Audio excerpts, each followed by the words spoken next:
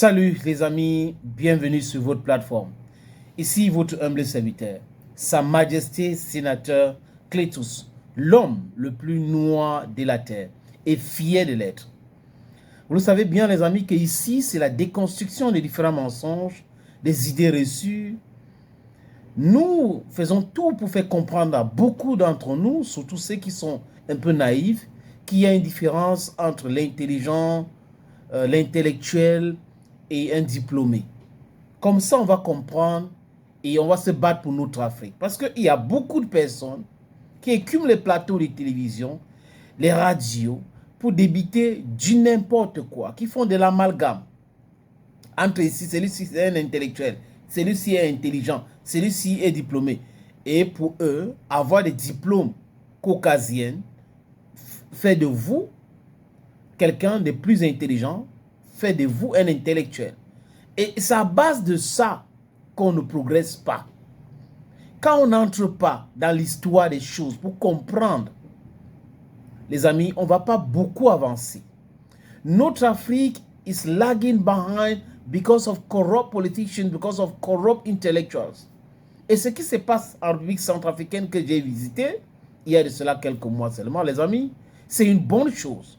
On voit un président, enseignant des universités, qui n'est pas seulement diplômé, mais il est aussi intelligent et c'est un intellectuel. Donc, vous voyez tout, il a des diplômes, il est intelligent et c'est un intellectuel. Et le président Touadéra prêche par des exemples. Il dit ce qu'il fait et il fait exactement ce qu'il dit. C'est ça, être un bon dirigeant. C'est vrai qu'il a beaucoup de difficultés. Il a des manquements aussi parce qu'il n'y a aucune entreprise humaine qui est parfaite. Mais sur l'échelle de 10, on peut lui donner jusqu'à 8. Et quand on voit l'opposition à la République centrafricaine, moi par exemple, quand je vois l'opposition à la République centrafricaine, comme d'ailleurs dans beaucoup de pays africains, je me pose beaucoup de questions. Cette opposition, surtout en République centrafricaine, parce que je parle de la SCA, a été inféodée, a été pénétrée par la France et la France a acheté tout le monde. Mais la France n'arrive pas à convaincre Touadéra de lui vendre son pays. Voilà où il y a un peu de difficulté. Touadéra a compris parce qu'il c'est un grand observateur. Il a regardé la scène politique dans son pays, il connaît l'histoire politique de son pays, il connaît les différents manquements, les erreurs que les autres ont fait et il est en train de corriger. Qu'est-ce que les Centrafricains veulent? La prospérité.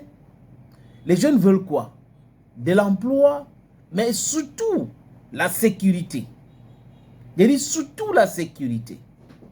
Et quand vous regardez bien, la jeunesse actuelle en République centrafricaine n'est plus ou n'est pas cette jeunesse de 50, de 60, de 70. Ils sont mieux outillés, très bien éduqués, très bien formés, à la maison comme à l'école.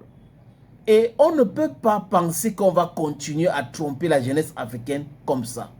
L'opposition à la République centrafricaine a fait quoi? Le 4 avril, ils ont organisé une manifestation contre le 3e mandat de Touadéra. D'accord? Ce qui est aussi très intéressant avec le gouvernement Touadéra, c'est que on les a permis, on les a autorisés à manifester. Et c'est à travers ces manifestations qu'on a vu que l'opposition impopulaire en République centrafricaine. Qu'est-ce qu'ils ont fait? Ils ont monnayé des Centrafricains de venir manifester. 2500 par personne. Et il y avait la distribution de la bière aussi pour galvaniser la jeunesse. Donc vous voyez des gens qui prétendent aimer leur pays, mais qui proposent l'alcool à la jeunesse pour venir manifester. Et ils trompent la jeunesse. Ils racontent toute autre chose sur la prospérité et autres, alors que c'était pour, entre guillemets, défendre la Constitution. Donc, on a vu cet échec-là. Et le président Touadéra est resté. La jeunesse centrafricaine, les étudiants centrafricains, la matière grise centrafricaine s'est levée le 12, dans le week-end dernier. Ils ont manifesté, les amis, leur soutien à M. Faustin Archange Touadéra. Et ils ont plébiscité encore un autre mandat pour M. Touadéra. M. Touadéra est venu les encourager. Et écoutez très bien la différence entre M. Touadéra et les autres. Il est venu les encourager et il les a demandé d'être très actifs dans la politique. Pendant qu'ailleurs, on est en train de dire l'école aux écoliers, l'université aux étudiants, la musique aux musiciens, la politique aux politiciens. Vous voyez, M. Touadéra ne vient pas avec ces mêmes messages, anciens messages de roublard. Il demande à la jeunesse d'être intéressée à la politique. C'est comme ça qu'on construit un pays. Parce que, les amis, si vous regardez bien l'histoire des libérations des pays africains, c'est la jeunesse. Les gars avaient 23 ans, 24 ans, 26 ans, 27 ans. Les plus vieux avaient 29 ans. Mais pourquoi est-ce qu'aujourd'hui, certains politiciens demandent à la jeunesse, non, la politique, ce n'est pas pour vous, franchement. Qu'on peut dire quoi?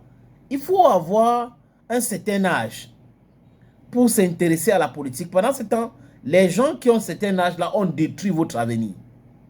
Non, M. Touadéra passe un message clair. Les étudiants ont vu eux-mêmes, c'est-à-dire que ce n'est pas les choses qu'on raconte.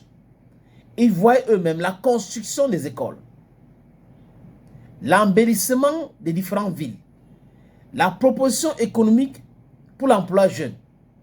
Ils ont apprécié tout cela.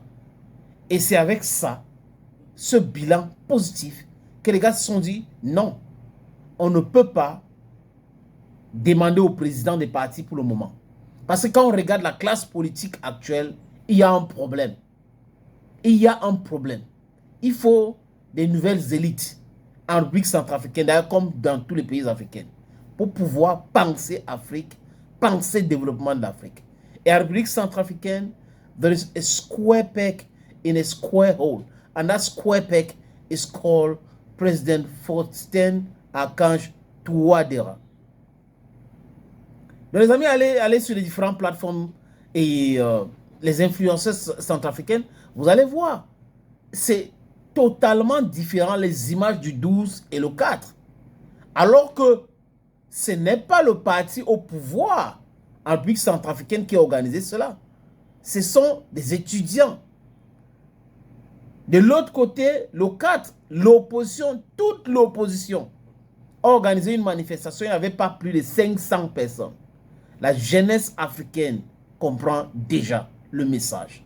La jeunesse africaine ne veut plus la distraction.